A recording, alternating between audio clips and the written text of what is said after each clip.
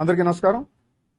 ఈరోజు వైఎస్ఆర్ కాంగ్రెస్ పార్టీ కాకినాడ జిల్లాకు సంబంధించినటువంటి ఈ యొక్క మీడియా సమావేశం యొక్క కార్యక్రమానికి చేసినటువంటి జిల్లా అధ్యక్షుడు దాడిశెట్టి రాజా గారికి, పెద్దలు శ్రీ కన్నబాబు గారికి, చంద్రశేఖర్ రెడ్డి గారికి, గీత గారికి, దౌలబాబు గారికి, ఇతర పెద్దలందరికీ ధన్యవాదాలు తెలియజేసుకుంటూ ఈరోజు ఈ పత్రికా విలేకరుల సమావేశం ముఖ్య ఉద్దేశం పెద్దలు రాజా గారు, కన్నబాబు గారు, గీతం గారు కూడా మాట్లాడారు. మరి నిన్నటి రోజున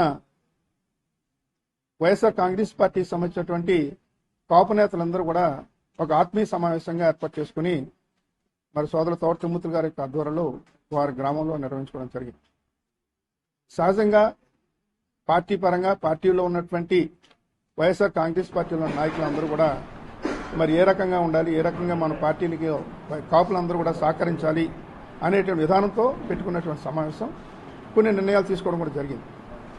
ఆ సందర్భంలోనే నిన్నటి రోజున మన కాకినాడ రూరల్ సంబంధించినటువంటి శాసనసభ్యులు అంతో నానాజీ గారు వెంటనే మేము ఇంకా కార్లు ఎక్కలేదు, ఇక్కడ పత్రికా సమావేశం పెట్టేశారు. కాకినాడలో పెట్టి జగన్ గారిని చాలా దారుణంగా, అంటే ఆయన ముఖ్యమంత్రి చేసిన వ్యక్తి, ఆయన ఒక పార్టీ అధినేత, వాడి వీడని ఇంకా రకరకాలుగా నా కొడక అని, ఏంటి అసలు మన జిల్లా వాళ్ళు మాట్లాడేటువంటి పరిభాష కాదు అది. ముఖ్యంగా తూర్పుగోదావరి జిల్లా అంటే సౌమ్యంగా ఉన్నటువంటి జిల్లా. ఈ జిల్లాలో ఉన్న నాయకులు కానీ ఎవరైనా సరే సామరస్యంగా, ఏ పార్టీలకు అతీతంగా పార్టీల మీద ఉన్నటువంటి భేదాభిప్రాయాలు ఏదైనా ఉంటే పార్టీల పరంగా మాట్లాడుకునే విధానం ఉంటుంది. కానీ వ్యక్తిగతంగా మాట్లాడటం అన్నది చాలా ఘోరమైన తప్పిదం. నా కొడక అంటే ఏంటది? ఏ రకమైన భాష అది?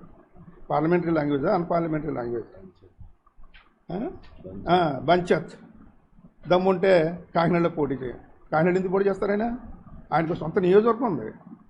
దివంగత రాజశేఖర రెడ్డి గారి దగ్గర నుంచి కూడా పులివెందులు అన్నది వాళ్ళు పుట్టిన నియోజకవర్గం. అది మీ నాయకుడిలాగా ఒక నియోజకవర్గం లేకుండా లేడు ఆయన.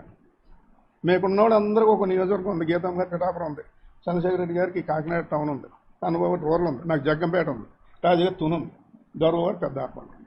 మీ నాయకుడికి ఎక్కడ ఉంది? ఏ ఊరు, ఏ నియోజకవర్గం? అలా జగన్మోహన్ రెడ్డి గారికి కడప పార్లమెంట్లో పులివెందులు ఉంది, కడప పార్లమెంట్ కూడా ఉంది. రాజశేఖర రెడ్డి గారు నుంచి అక్కడి నుంచే నియోజకవర్గంలో ఎప్పుడు కూడా ఓటమి వీరులా నెగ్గుతూ ఉంటారు వాళ్ళు. అంటే ఆ ప్రజలు వారి మీద ఉన్నటువంటి, ఆ కుటుంబం మీద ఉన్నటువంటి అభిమానం అది. ఆ రకంగా వారు అక్కడ సేవ చేయడం జరుగుతూ ఉంటుంది ప్రజలకి. కొన్ని కోట్లాది రూపాయలతో అభివృద్ధి చేశారు ఆ జిల్లాని. అటువంటి ఆయన ఇక్కడికి వచ్చి పోటీ చేయమంటారా? అంటే ఏంటిగా ఎలాగ రారులే అని. వస్తే ఏం చేస్తారు? అసలు ఆ రకమైన విధానం ఉంటుంది. పైపచ్చి మీరు అందరూ కూడా కుక్కల నాయకులతో అన్నారు, కుక్కల మీటింగ్ అన్నారు.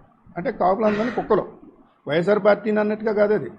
ఈ రాష్ట్రంలో ఉన్నటువంటి కాపులందరినీ, ఇంక్లూడింగ్ జనసేనలో ఉన్న కాపులను కూడా కుక్కలు అన్నట్టే, అంతే కదా. ఆ రకంగా కుక్కల మీటింగ్ అనేటువంటి విధానం అన్నది చాలా తప్పుడుతో కూడుకున్నటువంటి మాట. అది మీకు ఏదొస్తే అది మాట్లాడడం, ఏదో తప్పట్టు కొట్టించుకోనో లేకపోతే మీ అధినేత ద్వారా గొప్ప కోసం మాట్లాడేటువంటి విధానం కరెక్ట్ కాదు అది.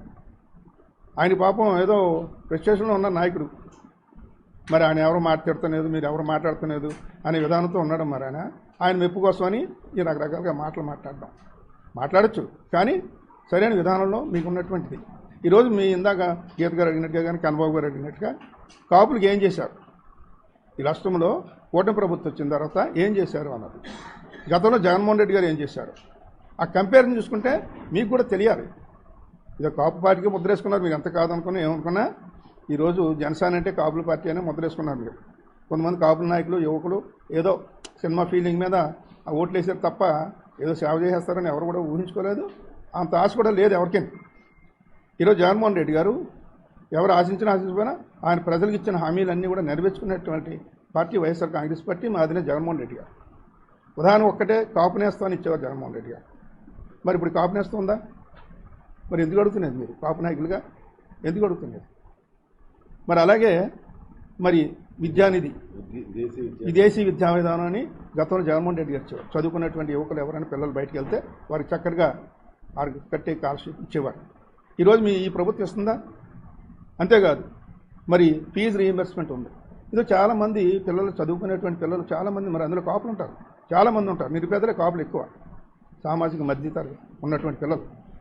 వారికి ఈ రోజు వరకు కూడా ఫీజు రీయింబర్స్మెంట్ అనేది మరి ఎన్ని బకాయిలు ఉన్నాయో ఎన్ని ఇన్స్టాల్మెంట్స్ ఇవ్వాలో ఆ ప్రభుత్వానికి కూడా లెక్కలు కూడా లేవు. మరి ఇవన్నీ కూడా ఈ ప్రభుత్వం చేయని పరిస్థితి. మరి ఇందాక అందరూ చెప్పినట్టుగా సూపర్ 6 విజయోత్సవ సభ అని పెట్టుకున్నాను. దేనికి? 2 ఏళ్ళు విజయోత్సవ. ఏం చేశారని విజయోత్సవ?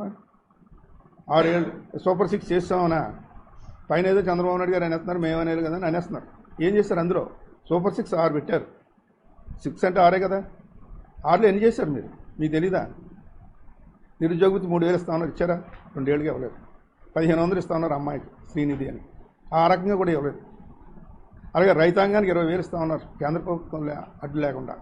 ఈరోజు ఇచ్చారు, అది 5,000 ఇచ్చారు, 60,000 ఇచ్చారు. ఇప్పుడు 14,000 ఎంత ఇచ్చారు? 12,000 ఇచ్చారు.